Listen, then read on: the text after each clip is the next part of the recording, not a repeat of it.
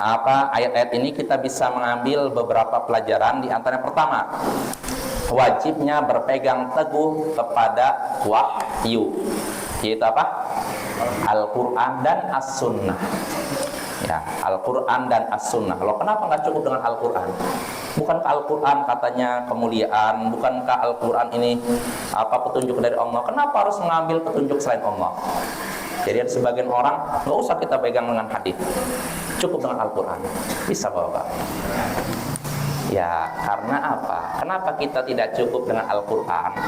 Kenapa juga dengan hadis? Karena hadis juga adalah wahyu dari Allah. Karena Allah sendiri memerintahkan kita, ya ayyuhalladzina amanu athi'ullaha wa athi'ur rasul. Hai orang-orang beriman, taatilah Allah dan taatilah Rasul. Menaati perintah Rasul ini ada di Al-Quran, perintah Rasul. Adanya di mana? Di hadis kan? Berarti kita harus berpegang teguh pada Al-Quran dan hadis ya. Kenapa kita juga harus berpatokan dengan hadis? Karena banyak ayat-ayat Al-Quran yang maknanya dijelaskan dalam hadis. Seandainya kita cuman memahami Al-Quran lalu tidak melihat penjelasan dalam hadis, kita bisa sesat, bingung.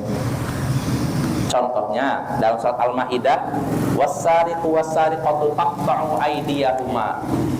Pencuri laki-laki, pencuri perempuan, potonglah tangan keduanya. Pencuri laki-laki, pencuri perempuan, potonglah tangan keduanya. Potonglah tangan keduanya. Ini hukuman bagi siapa? Pencuri. Potong tangan. Tangan itu mana? Ini kan, setelah kita kan tangan. Berarti potong ini. Ya. Ya kalau kita paham ya tangan, ya udah ini. Tapi kita kan nggak seperti itu. Kita bisa tahu yang dipotong sih mana. Ini kan, tahu dari mana? Ada ayatnya. Dari hadis Nabi. Nah, kalau kita tidak melihat hadis Nabi, ya udah potong tangan ini, potong tangan.